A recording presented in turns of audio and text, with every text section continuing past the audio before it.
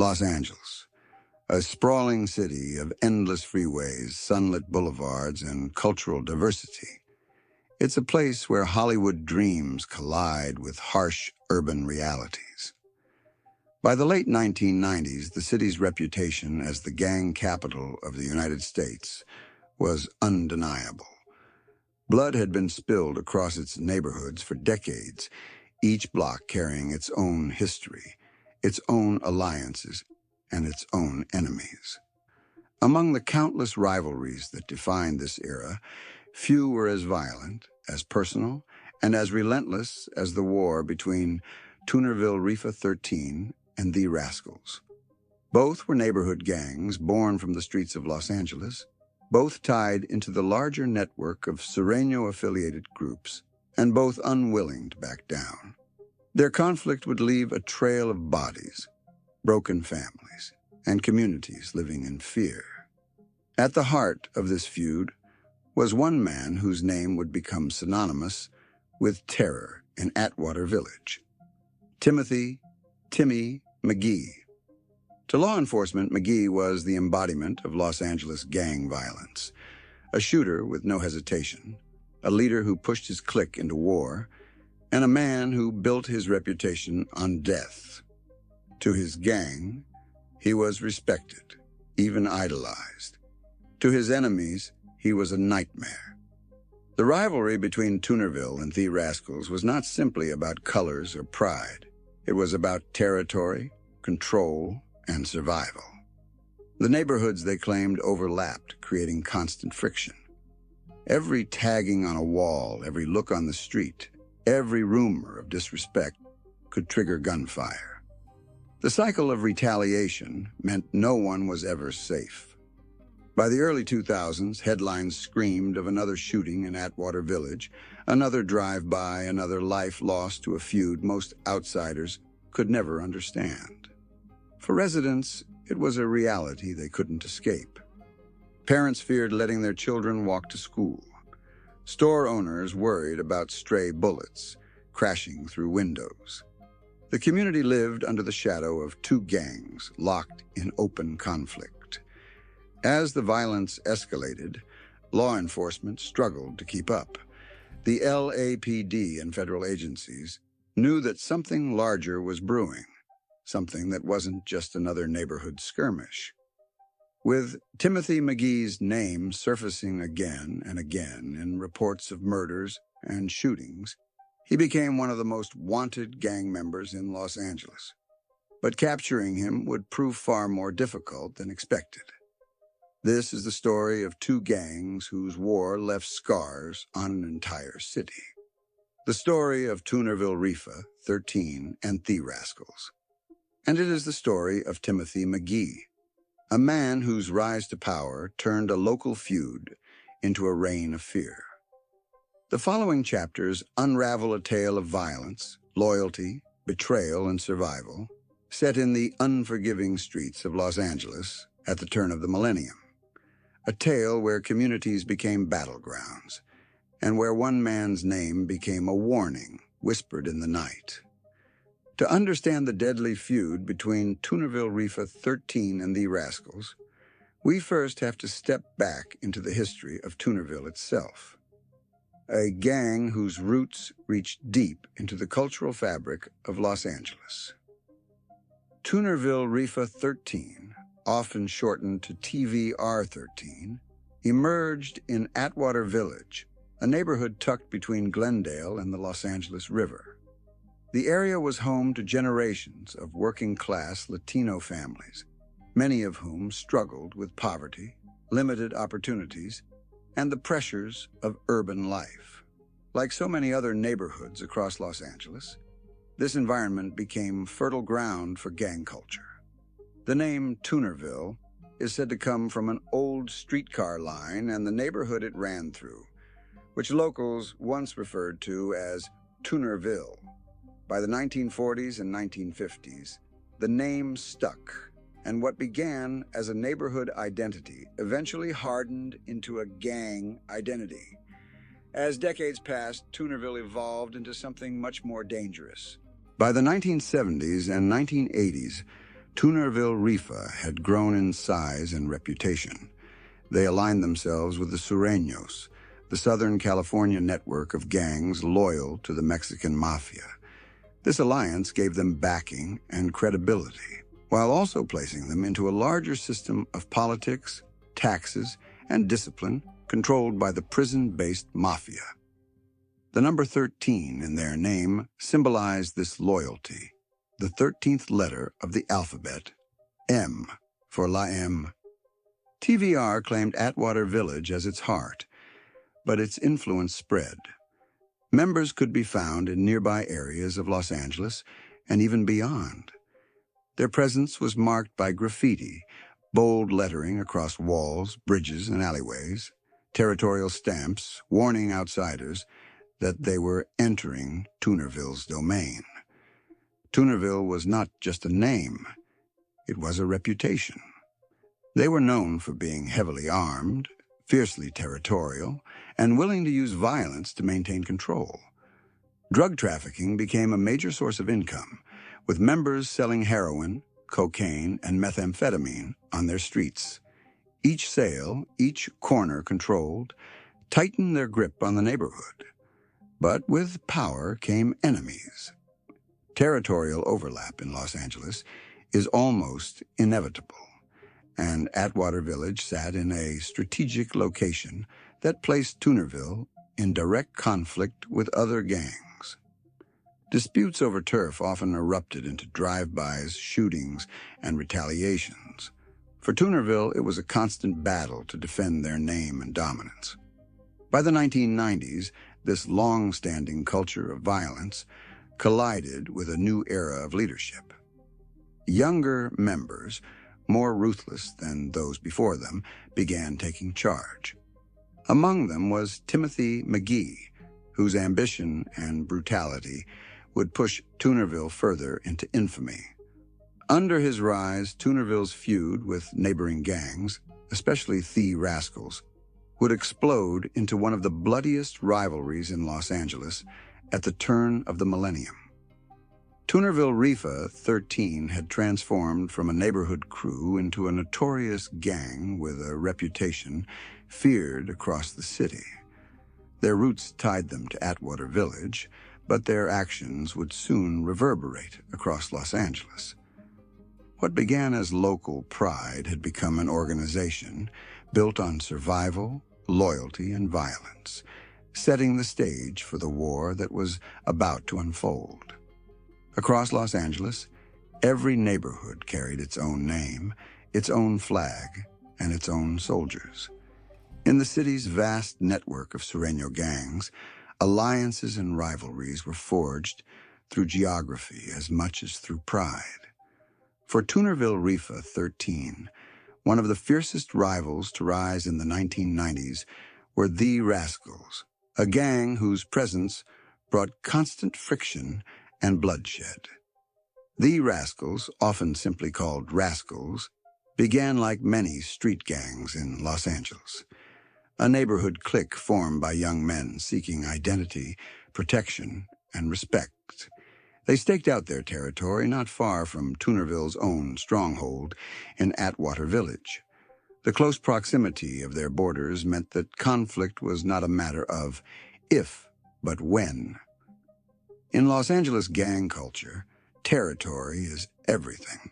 A few blocks can mean the difference between survival and extinction. For the Rascals, those blocks were worth dying for.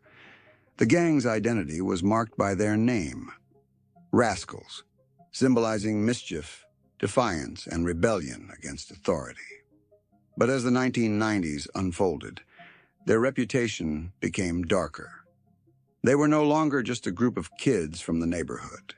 They were an organization tied into the larger Sureño network. Their numbers grew, their guns multiplied, and their clashes with Tunerville escalated into all-out war. The rivalry intensified for several reasons.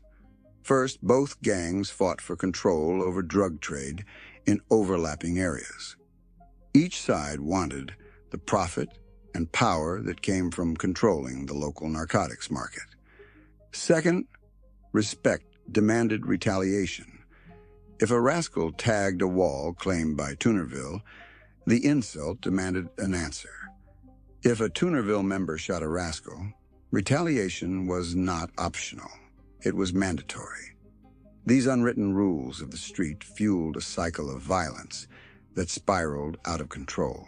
By the late 1990s, residents of the neighborhoods caught between Tunerville and the Rascals described life as living in a war zone. Drive-by shootings rattled through the night. Gunfire in parks and alleys became commonplace. Mothers warned their children not to wear certain colors or walk down certain streets. Every day, innocent lives risked becoming collateral damage in a feud that seemed endless. Law enforcement recognized the Rascals as a significant force. Like Tunerville, they were considered a hardcore gang, deeply entrenched in Los Angeles gang politics. Their reputation was built on the willingness of their members to engage in violence at any cost. Police reports frequently tied them to shootings, assaults, and homicides connected to the feud with Tunerville. For the Rascals, the battle against Tunerville was about more than survival. It was about proving dominance, about ensuring that their name carried fear and respect in the streets. But their rise to prominence also meant crossing paths with Timothy McGee, a man who would take Tunerville's war against them to unprecedented levels. By the turn of the millennium, what had begun as territorial disputes had transformed into an open conflict that consumed entire neighborhoods.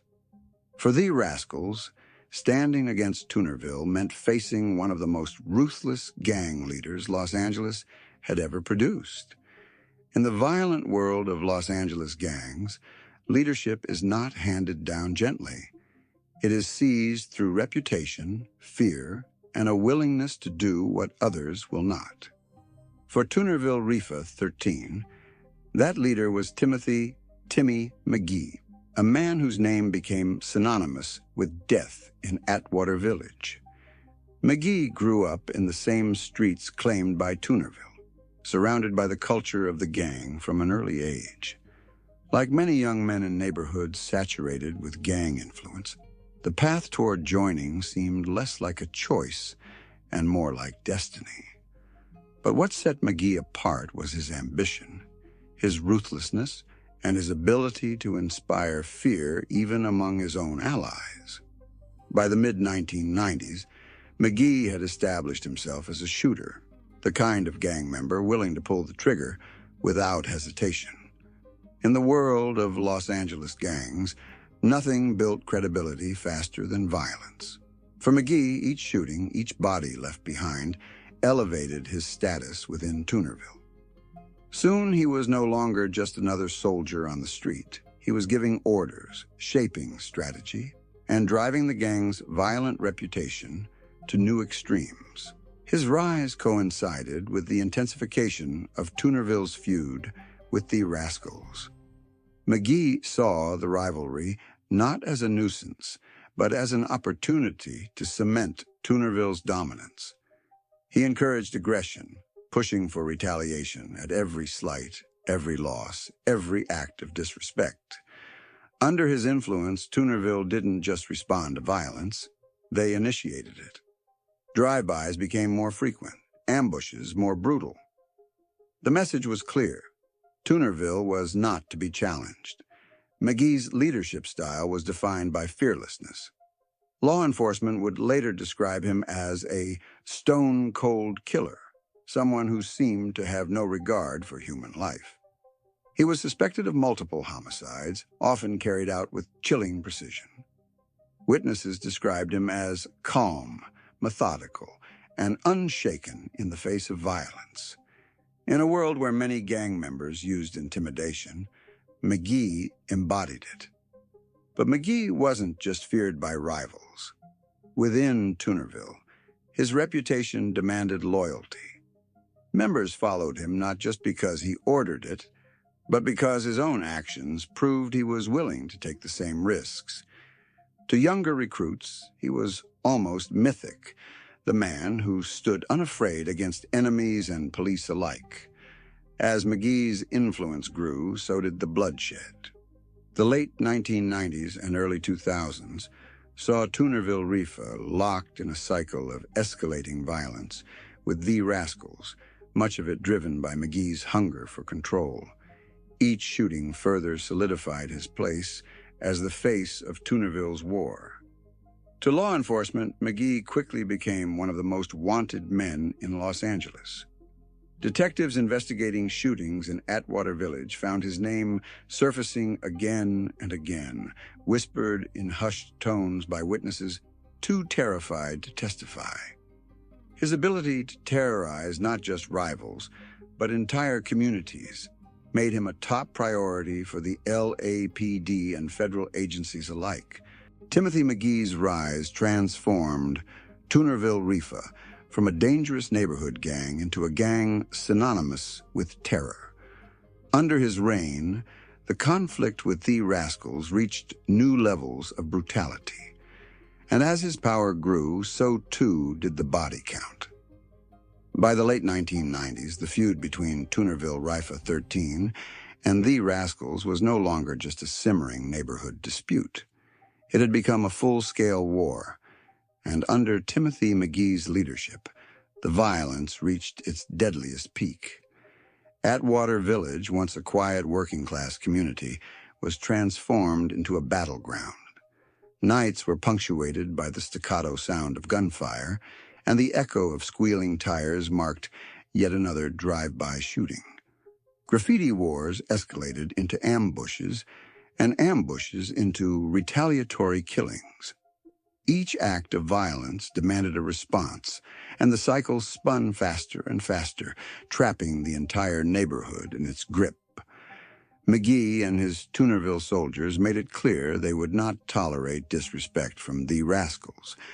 Rival tags on walls were immediately crossed out and replaced with bold Tunerville signatures, a declaration of dominance that often served as the prelude to bloodshed.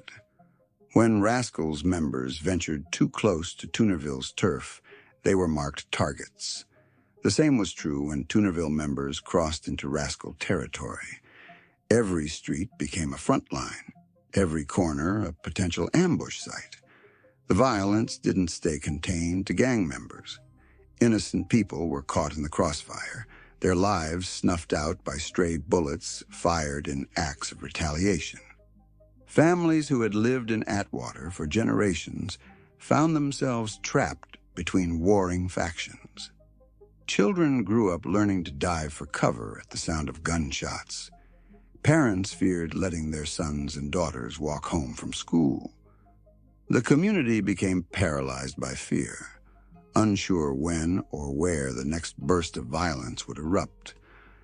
McGee's name became legendary in the streets. He wasn't just participating in the violence, he was driving it. Law enforcement tied him to multiple shootings, many of them executed with chilling precision. His willingness to strike at any time in broad daylight or in the dead of night created an atmosphere of constant tension. For the Rascals, he became the ultimate predator. For Tunerville, he was both a shield and a weapon, someone who embodied the gang's willingness to go further than anyone else.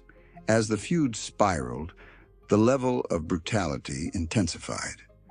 Witnesses described scenes of execution-style killings, carefully planned ambushes, and calculated attacks designed not just to kill, but to terrorize. Each murder fueled the legend of McGee and reinforced Tunerville's image as one of the most ruthless gangs in Los Angeles. Now, the media began to take notice. Headlines about rising gang violence in Atwater Village put both Tunerville and the Rascals in the public eye. For residents, the coverage was no surprise. They were living it daily. For law enforcement, it was a signal that something had to be done before the body count climbed even higher. By the early 2000s, Atwater Village was burning. The feud between Tunerville Rifa13 and the Rascals had reached a fever pitch. And at the center of it all stood Timothy McGee, orchestrating a reign of terror that left an entire community living in fear. By the early 2000s, Los Angeles law enforcement could no longer ignore the growing storm brewing in Atwater Village. The war between Tunerville, Rifa13, and the Rascals had escalated into one of the city's most violent conflicts, leaving a trail of bodies and terrified communities in its wake. At the center of nearly every report, every shooting, every whispered rumor was the same name: Timothy McGee. For the LAPD, McGee wasn't just another gang member. He was the embodiment of everything they were fighting against: ruthless, calculating, and seemingly untouchable. Detectives investigating shootings began to notice a pattern. The fingerprints of McGee's leadership were on them all. Witnesses, too afraid to testify, whispered his name in hushed tones. Each time officers tried to close in, McGee slipped away, using the streets he knew so well to vanish into the night. To tackle the growing crisis, law enforcement escalated their response. Specialized gang units, already stretched thin across the city, poured resources into Atwater Village. Surveillance teams tracked Tunerville's movements, monitoring their hangouts, cars, and associates. Informants were recruited, often at great risk, to provide intelligence from within. The feud's body count demanded more than just local attention. Federal agencies soon joined the fight. The Bureau of Alcohol, Tobacco, and Firearms began investigating the flow of guns into Atwater Village. The FBI's Safe Streets Task Force coordinated with LAPD, attempting to disrupt the gang's operations by targeting their drug trafficking and weapon supplies. The goal wasn't just to slow the violence, it was to dismantle Tunerville from the top down. But McGee proved elusive. He was careful, rarely staying in one place for too long. He carried multiple firearms, often moving with trusted soldiers at his side. Law enforcement described him as paranoid but disciplined, always on guard for police or rivals. Every time detectives thought they had him cornered, he found a way out. His ability to evade capture only added to his myth, both on the streets and within law enforcement circles. As the crackdown intensified, gang injunctions were introduced in Atwater Village. These legal orders sought to limit Tunerville's ability to congregate, communicate, or even be seen in public together. Patrols increased, checkpoints were set up, and search warrants became routine. Still, the shootings continued. For every gang member arrested, another seemed to step forward. For every operation launched, McGee remained just out of reach. The frustration grew within the police force. McGee's name became a constant presence in gang briefings. His face was circulated among officers, and his profile rose to one of the most wanted fugitives in Los Angeles. To detectives, catching him wasn't just a case, it was a mission. Yet the harder law enforcement pushed, the more McGee dug in. The war between Tunerville and the Rascals raged on, and the streets of Atwater remained on fire. It was clear to police that stopping the violence meant capturing the man at the center of it all. The stage was set for one of the most intense manhunts in Los Angeles gang history. Timothy McGee's days of freedom were numbered, but bringing him down would come at a cost.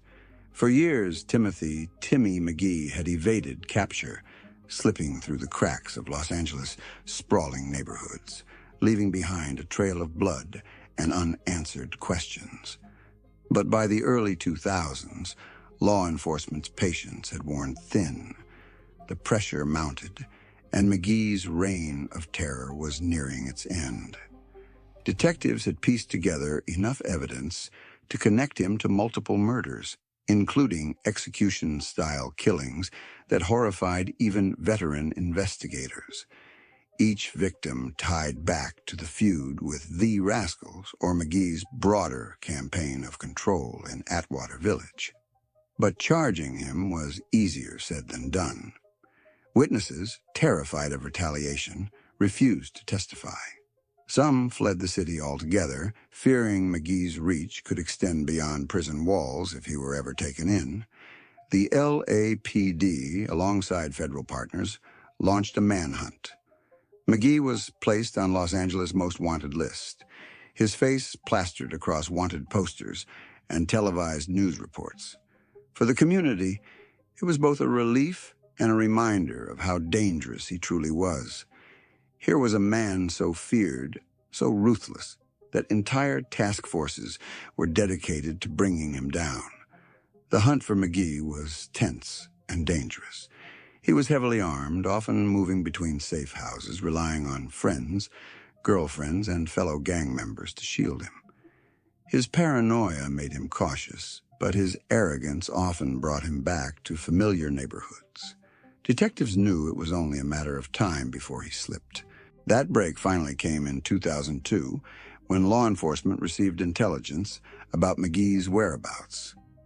Acting on the tip, a coordinated team surrounded a location believed to be one of his hideouts. The arrest was swift but tense.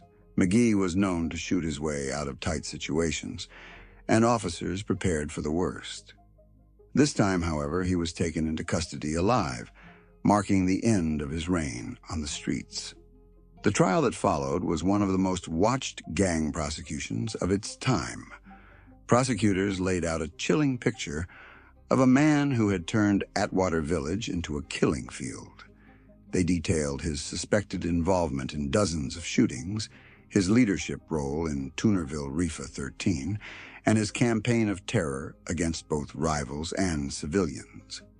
Despite challenges with reluctant witnesses, the sheer weight of evidence and testimony from insiders sealed his fate. McGee was convicted of multiple murders and sentenced to death, a rare outcome even in the most violent of gang cases. For law enforcement, it was a victory years in the making. For the community, it was a chance to breathe, if only slightly easier. McGee's downfall marked the collapse of one of the most feared figures in Los Angeles gang history. Yet even from behind bars, his name carried weight. Within Tunerville, he remained a figure of legend, the leader who had once brought terror to the streets of Atwater.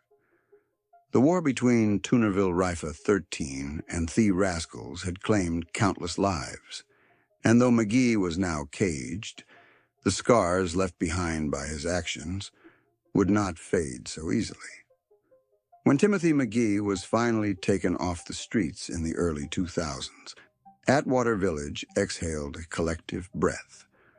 For years, residents had lived under the shadow of nightly gunfire, sudden ambushes, and the fear that stepping outside might make them collateral damage in a war they never chose. McGee's capture and eventual death sentence brought relief, but it did not erase the damage done. The aftermath of the feud between Tunerville Rifa13 and the Rascals was a story of scars, both visible and unseen. On the streets, the removal of McGee left a vacuum. Tunerville had lost its most feared leader, the man whose ambition had fueled their most violent years.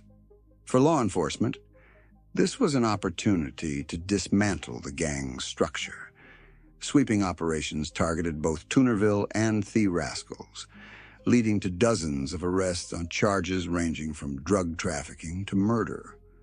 Gang injunctions tightened the noose around their activities, banning members from congregating in public and restricting movement in known strongholds. But gangs are not easily erased. While Tunerville's numbers were thinned by arrests and injunctions, the gang remained active. Younger members stepped forward, eager to prove themselves, though none could match McGee's notoriety. The Rascals faced similar struggles, their own leadership weakened by constant pressure from law enforcement. Yet the feud between the two did not vanish overnight. Smaller skirmishes and retaliations continued, though never again with the same intensity that defined McGee's era. For the community, the wounds ran deeper. Families who had lost loved ones to the feud carried grief that no police crackdown could heal. Children who grew up during the peak of violence were left with memories of ducking for cover, of makeshift memorials on street corners, of funerals that came far too often. Even after the shootings slowed, trust in safety never fully returned. Many residents saw Atwater Village through the lens of those years, a place where fear had once ruled. Law enforcement used McGee's downfall as a case study. His capture and conviction were seen as proof that even the most violent gang leaders could be brought to justice. Task forces replicated similar strategies in other neighborhoods, combining surveillance, informants, and federal cooperation to dismantle dangerous leaders. Yet police also knew the battle was far from over. Gangs like Tunerville and the Rascals were symptoms of deeper issues: poverty, lack of opportunity, and the cycle of generational violence that gripped so many Los Angeles neighborhoods. By the late 2000s, Atwater Village began to change. Redevelopment projects, community programs, and demographic shifts slowly reshaped the neighborhood. Some areas gentrified, pushing out old residents and, in some cases, the gangs that once dominated the streets. Still, the name Tunerville carried weight, a reminder of the bloodshed that had stained the community. The aftermath of the feud was not a clean ending. It was a slow fade, marked by lingering violence, community recovery, and the enduring legacy of Timothy McGee. His removal stopped the bleeding, but the scars remained, etched into the memory of Atwater Village and the history of Los Angeles gang wars. The feud between Tunerville Rifa13 and the Rascals left a mark on Los Angeles that extended far beyond Atwater Village. It was a conflict defined not only by the bodies it claimed, but by the lessons it forced the city to confront. The destructive cycle of gang violence, the fragility of community safety, and the enduring influence of individuals like Timothy McGee. For gang historians and law enforcement, the feud became a case study in how quickly territorial disputes can escalate into full-scale warfare. A combination of ambition, pride, and fear created an environment where retaliation was inevitable. McGee, as Tunerville's enforcer and strategist, demonstrated how a single leader could escalate a local rivalry into a campaign of terror. His ability to coordinate attacks, recruit loyal soldiers, and maintain control over his gang highlighted the dangerous intersection of leadership and violence in urban gangs. The feud's legacy is also visible in the communities themselves. For residents of Atwater Village, the era of McGee's dominance remains a cautionary tale. Streets once marked by bullets and ambushes now carry reminders of that period. Memorials for victims, stories passed down to younger generations, and a wariness of gang activity that persists even decades later. Many families moved away, seeking safety elsewhere, while those who remained had to adapt to a new reality in the aftermath of bloodshed.